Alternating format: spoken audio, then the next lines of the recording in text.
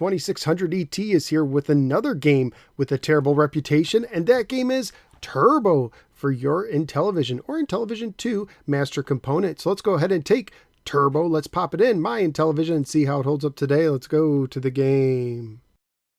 Turbo was published by Coleco and carries a copyright year of 1983. It is based on the 1981 Sega arcade game.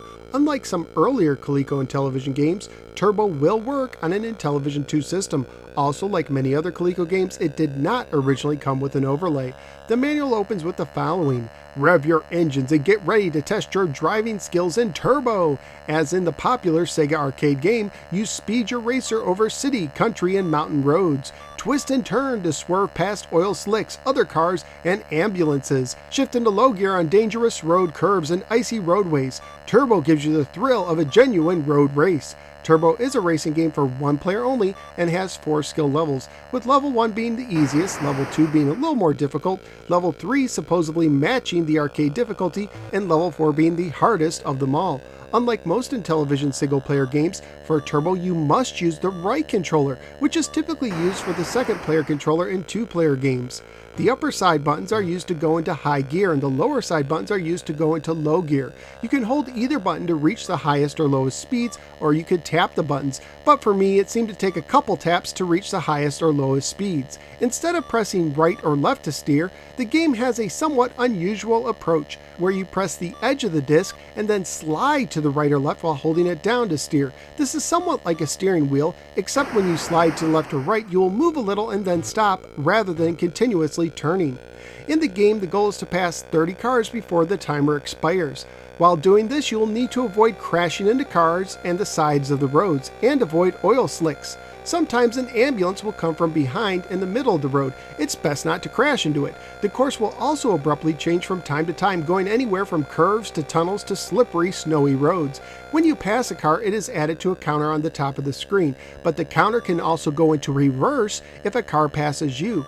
You continuously get points for the distance traveled, and if you pass at least 30 cars by the time the timer expires, you will get 40 bonus points for every car you passed, and the timer will reset, allowing you to increase your score. In skill level 1, you can play the game continuously as long as you continue to pass 30 cars during each time segment. In levels 2 through 4, you can also continue as long as you pass 30 cars for every time segment, but if you crash into cars 2 times after the timer resets the first time, your game will end, which means for most gamers, you will only complete the 30 car task once, as crashing can be pretty easy to do.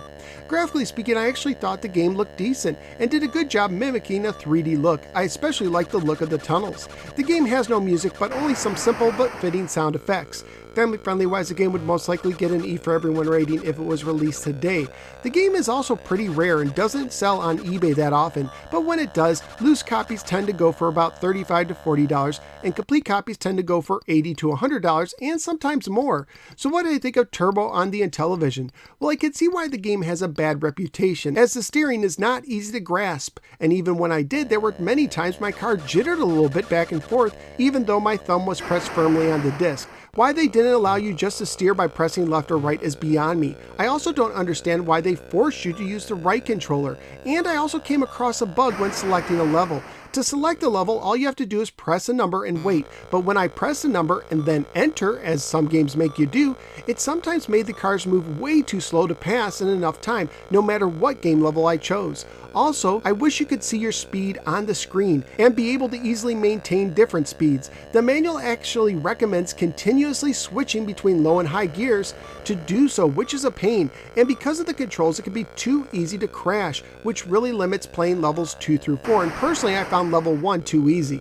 However, with all that being said, once I got a little used to the controls, I actually had a little fun with the game, since it looks nice and does a decent job emulating the feel of speed. Don't get me wrong, the controls really bring the game down, and it's not a game I plan to play much, but I do think it's a little bit better than its reputation. So where am I going to rank Turbo? Well, even though I do think it's not quite as bad as its reputation, it's still going in the lower third of my rankings. I did like this more than Carnival at 27, but I did like Dracula more at 26. So out of the 31 games I've now ranked, Turbo is placing in the 27th position. Turbo may not be as bad as some say, but it still has control problems and is not even close to being worth its current going rate. But that's just my opinion. What do you think? Let me know in the comments below.